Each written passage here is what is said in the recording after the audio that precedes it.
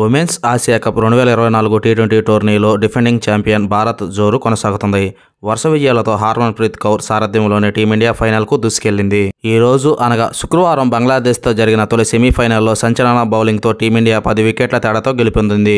ఈ మ్యాచ్లో first batting చేసిన బంగ్లాదేశ్ 20 ఓవర్లలో 8 వికెట్ల నష్టానికి 80 రన్స్ మాత్రమే చేసింది. భారత బౌలర్లలో రేణుకా సింగ్ 3 వికెట్లు, రాధా యాదవ్ 3 వికెట్లు తీయగా పూజా వస్త్రకర్, దీప్తి శర్మ చెరో వికెట్ తీసి బంగ్లాదేశ్ పతనాన్ని శాసించారు. బంగ్లాదేశ్ ఉమెన్స్ బ్యాటర్లలో captain Nigar Sultana 32, Shorna Akhter 19 not out top స్కోరర్లుగా నిలిచారు. అనంతరం చేజింగ్ భారత్ 11 ఓవర్లలోనే వికెట్ నష్టపోకుండా 83 రన్స్ చేసి సునాయాస విజయాన్ని అందుకుంది. Opener Shafali Varma 28 బాల్స్లో 2 ఫోర్లతో 26 runs not out ఆచితూచి ఆడగా స్మృతి మందన 38 బాల్స్లో 9 ఫోర్లు 6తో 55 పరుగులు చేసి నాటౌట్గా హజియా హాఫ్ సెంచరీతో చెలరేగింది. హాయ్ క్రికెట్ లవర్స్, ఈ వీడియో కానీ నచ్చితే ఒక లైక్ చేయడం మాత్రం మర్చిపోకండి. అలాగే ఈ వీడియో చూశాక మీ అభిప్రాయాన్ని కామెంట్ రూపంలో తెలియజేయండి.